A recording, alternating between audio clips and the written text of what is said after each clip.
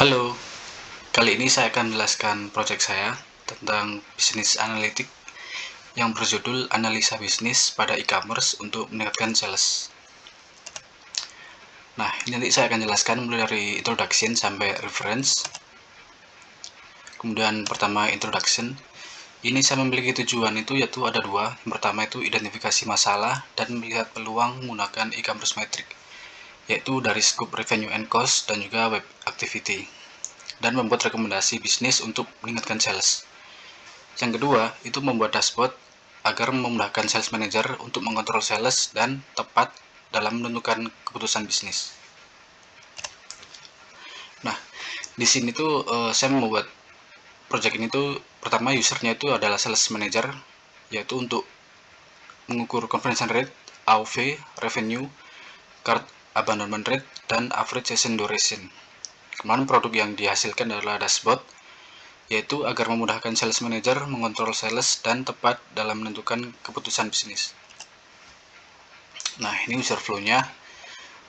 Sales manager membuka dashboard dan melihat high level overview. Kemudian sales manager menggunakan revenue and cost metric dan ditampilkan dalam bentuk bar chart. Nah, setelah ditampilkan dalam bentuk bar chart, itu sales manager mendapatkan insight. Yang kedua, sales manager menggunakan web activity metric, kemudian ditampilkan dalam bar chart. Nah, setelah melihat bar chartnya, sales manager akan mendapatkan suatu insight. Nah, itu tadi ada dua measure ya, revenue and cost dan web activity. Nah, dari setelah melihat kedua ini, maka sales manager mendapatkan insight untuk membuat keputusan bisnis. Itu sedikit user flow-nya. Nah, ini dashboard-nya. Ini yang dimaksud tadi high level tadi. Yang di atas ini, baris atas ini. Ada AOV, revenue, dan lain-lainnya.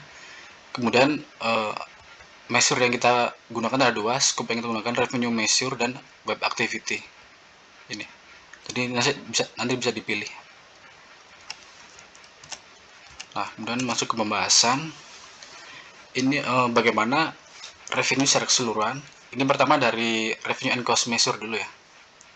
Bagaimana revenue secara keseluruhan itu dari AOV dan revenue itu kita nggak bisa mengatakan baik atau buruk ya, soalnya kita nggak ada benchmark. Kemudian untuk average session duration di desktop itu cukup ya standarnya itu 3-4 menit. Kemudian untuk average session duration di app itu sangat singkat, hanya 1 menit. Nah, kemudian untuk conversion rate ini di bawah standar ya, standarnya itu 4%, dan CTR itu standar juga, standarnya itu 1-3%. Tapi lebih baik kalau CTR-nya itu bisa ditingkatin lagi. Nah, gini kita masuk masih sama di revenue measure, tapi kita masuk ke pertanyaan kedua, yaitu bagaimana revenue measure berdasarkan notification push. Nah, kalau kita lihat notification push berdasarkan revenue itu, kalau nggak ada notifikasi itu revenue-nya lebih banyak daripada yang ada notifikasi.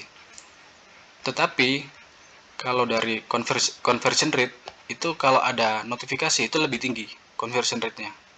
Tapi kalau nggak ada notification push itu lebih rendah conversion rate-nya. Jadi terbalik ya antara revenue dan conversion rate ini. Nah, kalau dari AOV itu lebih tinggi yang ada notification push ya. Nah, dari sini dapat disimpulkan mengirim notifikasi itu sedikit mengefek untuk penambahan revenue, tapi signifikan menambah conversion rate dan berpotensi menambah AOV juga. Kemudian pertanyaan selanjutnya adalah bagaimana revenue measure berdasarkan credit card InfoSave. Nah, kalau user tidak menyimpan credit card InfoSave, itu revenue-nya lebih tinggi daripada user yang menyimpan. Tetapi terbalik dengan kalau credit card InfoSave ini dibandingkan dengan conversion rate, yaitu jika menyimpan credit card itu lebih tinggi conversion rate-nya dibandingkan yang tidak. Jadi ini juga terbalik antara conversion rate sama revenue. Begitu juga yang abandonment rate. Itu kalau user menyimpan credit card info itu lebih tinggi card abandonment rate-nya. Jadi dapat simpulkan bahwa user yang menyimpan credit card itu sering membeli barang, tetapi dengan nominal kecil. Dan user yang tidak menyimpan credit card itu jarang membeli barang, tapi jika sekali dia beli barang itu nominalnya besar. Karena kan dapat dilihat kan ini kan dari revenue yang nggak nyimpen itu revenue-nya lebih tinggi. Cuman kalau dari conversion rate itu lebih tinggi yang menyimpan. Gitu. Kita next ke plan selanjutnya, yaitu revenue measure berdasarkan location.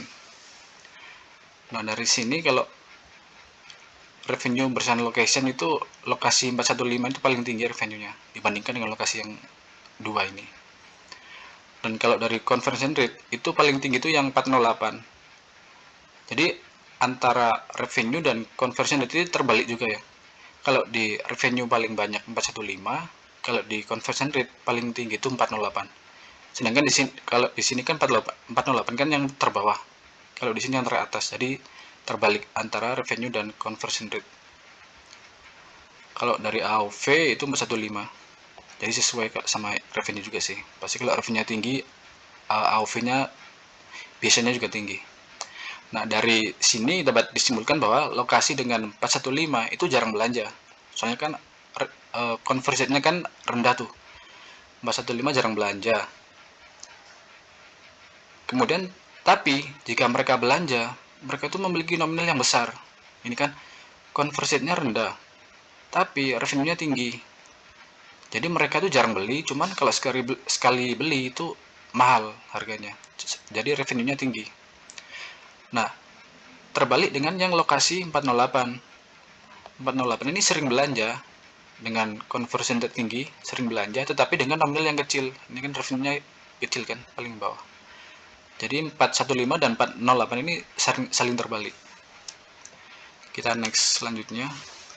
Nah, ini pertanyaan selanjutnya adalah bagaimana cara agar tetap profitable, apa strategi yang dapat dilakukan berdasarkan data tersebut. Yaitu tetap melakukan push notification, walau revenue tanpa notification itu lebih bagus. Tapi dari conversion rate itu lebih bagus dengan notification. Terus yang kedua itu menambah tulisan proses dan pembayaran menggunakan credit card sangat aman.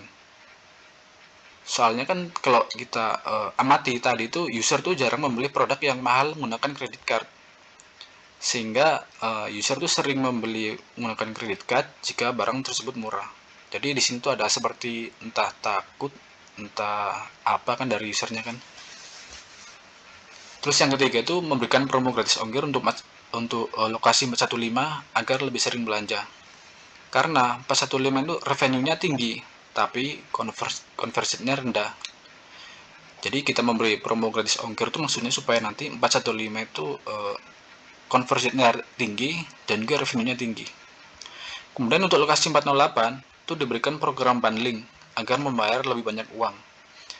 Karena lokasi 408 itu conversion-nya tinggi tapi revenue rendah. Jadi harapannya dengan diberikan program bundling itu lokasi 408 itu bisa lebih banyak membeli barang gitu kan. Jadi mendongkrak revenue. Jadi 408 ini conversion-nya tinggi dan harapannya revenue juga akan naik juga. Nah, tadi kan itu revenue measure. Sekarang kita masuk yang kedua yaitu web activity measure. Untuk yang pertama, bagaimana average session duration berdasarkan notification push. Nah, dapat kita lihat itu sebenarnya kalau di app notification push di app itu hampir nggak ada bedanya sih ya. Average session duration dengan tidak mengirimkan notifikasi dan mengirimkan notifikasi hampir nggak ada bedanya. Sama juga notification push di desktop itu hampir nggak ada bedanya dengan antara tidak mengirim dan mengirim. Cuman yang dapat dilihat itu average session duration di app itu sangat cepat ya, di bawah 1 menit. Dan dapat disimpulkan tuh notification push tidak berpengaruh terhadap average session duration. Dan average session duration di app itu sangat cepat, di bawah 1 menit. di bawah standarnya. Kemudian pertanyaan kedua adalah bagaimana average session duration berdasarkan location. Kalau berdasarkan location itu average session duration paling lama itu di 415 di app ya, di app 415, dan kemudian di desktop itu ya sama 415, keduanya 5110 dan 408 ini juga sama.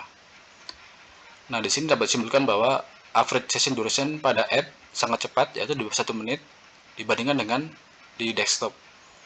Lokasi 415 juga masih yang menjadi yang terlama di average session duration-nya baik di app maupun di desktop.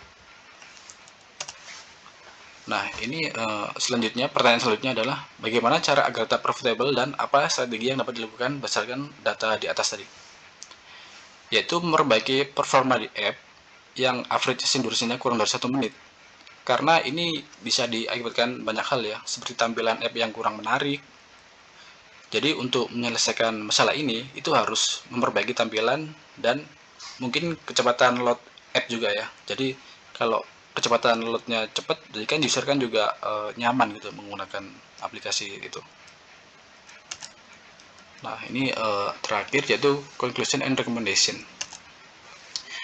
Yang pertama itu conclusionnya adalah notification push itu sangat berpengaruh secara signifikan kepada conversion rate. Cuman kan tadi dari data yang awal tadi notification push tidak mengaruh kepada revenue, cuman mengaruh kepada conversion rate. Ini tetap dilakukan nggak apa-apa. Jadi notification push itu harus tetap dilakukan. Kemudian yang kedua adalah user yang menyimpan info kartu kredit sering belanja tapi dengan nominal yang kecil. Dan user yang tidak menyimpan info kartu kredit itu jarang belanja malahan. Tapi jika mereka membeli barang itu nominalnya besar. Kemudian yang ketiga adalah lokasi 415 jarang belanja di e-commerce, tetapi jika mereka belanja itu nominalnya besar. Terbukti dari data tadi itu 415 revenue-nya tinggi, tetapi dari conversion rate 415 itu rendah. Nah, kemudian terbalik dengan 415, lokasi 408 ini sering belanja, tetapi dengan nominal yang kecil. Dari data tadi kan juga bisa dilihat 408 itu revenue-nya rendah, cuman conversion rate-nya tinggi. Kemudian yang keempat adalah notification push tidak berpengaruh terhadap average session duration. Yang kelima adalah small location mempunyai average session duration yang sangat cepat, yaitu kurang dari 1 menit di app. Tapi untuk average session duration di desktop itu masih standar ya, yaitu sekitar 2-3 menit. Kemudian adalah yang kelima, average session duration pada app itu sangat cepat di bawah 1 menit. Ini dapat diakibatkan banyak hal, yaitu seperti tampilan app yang kurang menarik sehingga user langsung keluar, atau aplikasi yang lemot, atau mungkin bahwa user susah untuk mengoperasikan aplikasi tersebut. Nah, dari kesimpulan tadi itu dapat dibuat rekomendasi ya, yaitu yang pertama itu tetap melakukan notification push untuk mendongkrak conversion rate, terutama itu di lokasi 415 yang mempunyai conversion rate tinggi walaupun revenue-nya paling besar ya. Jadi notification push tetap dilakukan. Yang kedua itu memberi label sangat aman untuk pembayaran menggunakan credit card di halaman pembayaran. Sehingga jika belanja dengan nominal besar, itu user tidak ragu atau takut menggunakan credit card. Soalnya kan dari data tadi kan credit card itu sering dipakai belanja untuk sehingga menghasilkan revenue yang kecil jika menyimpan credit card. Jadi intinya sih dengan memberi label ya, atau mempromosikan bahwa pembayaran dengan credit card itu aman. Kemudian yang ketiga adalah memberi promo di lokasi 415 seperti gratis ongkir, sehingga lokasi 415 itu sering belanja dan menaikkan conversion rate. Kemudian berbeda dengan 408 itu memberikan promo seperti bundling agar nominal belanja lebih besar sehingga itu menaikkan revenue. Selanjutnya adalah memperbaiki tampilan di app agar average session duration itu meningkat, dan harapannya dengan average session duration yang meningkat dari 1 menit itu menaikkan conversion rate. Caranya itu bisa macam-macam ya, dengan A/B testing itu bisa untuk membuat konten yang menarik.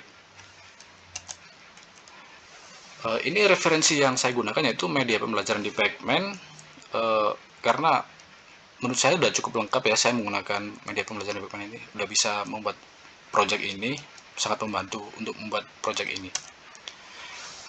Baik, itu saja sedikit penjelasan project dari saya tentang kelas bisnis analitik ini. Mohon maaf jika ada yang kurang jelas atau mungkin saya agak sedikit belibet gitu ya. Terima kasih.